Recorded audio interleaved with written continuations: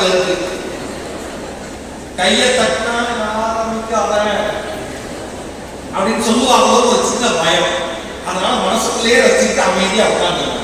எதுக்கு இப்படி ஒரு பர்ஃபார்மன்ஸ் அப்படின்னா, நான் எல்லாருக்குமே சொல்றேன், மகேஷா இருந்தா ஈரோ மகேஷா மாறுனதுக்கு காரணம், தொலைக்காட்சியில வந்ததுக்கு காரணம் எல்லாமே என்னுடைய கல்லூரி நாட்களிலும் பள்ளி நாட்களிலும் இந்த மாதிரி மேடைகளை சரியாக நான் பயன்படுத்திக் கொண்டதால் மட்டுமே இன்றைக்கு ஒரு கல்லூரியினுடைய முதலாம் ஆண்டு மாணவர்கள் வரவேற்கும் விழாவில் நான் சிறப்பு விருந்தினராக ஆப்பர்ச்சுனிட்டியை பயன்படுத்தி ரொம்ப நேரம் சேர்மன் சார் ஒரு வார்த்தை சொன்னார், பசி உனக்கு இருக்க வேண்டும். இவ்வளவுதான் அருமையா. இது நீங்க இந்த யூஜி முடிச்சு போற 3 வருஷம் மனசுல வச்சுக்கலாம், இதே ஆழத்தை போட்டு வச்சுக்கலாம்.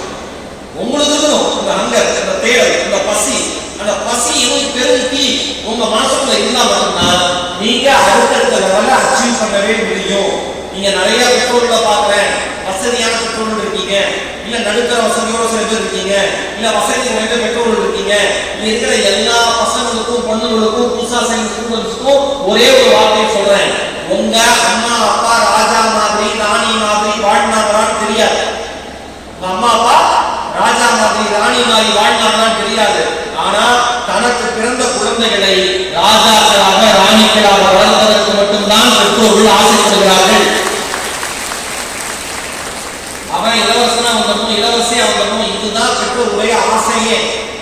இங்க இருக்கிற ஒவ்வொரு பெற்றோர்களும் நிறைய பேர் எனக்கு தெரியும். இப்ப யாராவது 2 பேரண்ட்ஸ் எழுப்பி உங்க பொண்ணு சேர்ந்திருக்கே, உங்க பையன் சேர்ந்திருக்கான என்ன படிப்புன்னு கேட்டா சரியா கூட சொல்ல தெரியாது, சரியா கூட சொல்ல தெரியாது. ஆர்டிபிஷியல் இன்டெலிஜென்ஸ் ஏஐ அப்படின்னு ஒரு அம்மா சொல்ல தெரியல, என் பொண்ணு ஐ சேர்ந்துருக்கு, என் பொண்ணு ஐ சேர்ந்துருக்கு ஒரு காலேஜ்ல. ஏஐ கூட சொல்ல தெரியாத அந்த தாய் தான் அந்த பொண்ணை ஆர்டிபிஷியல் இன்டெலிஜென்ஸ் படிக்க வைக்குது.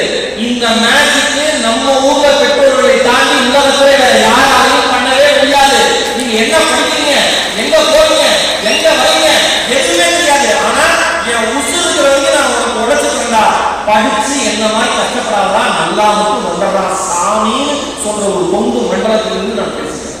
குழந்தைகள் சாமின்னு மட்டும் ஏன் இந்த வார்த்தையை சொல்றாங்க? அடுத்த தலைமுறை, இனி வருகிற தலைமுறைக்கான பார்வையை தெளிவ கண்டுக்கிறான். ஒன்னா பார்த்து அடுத்த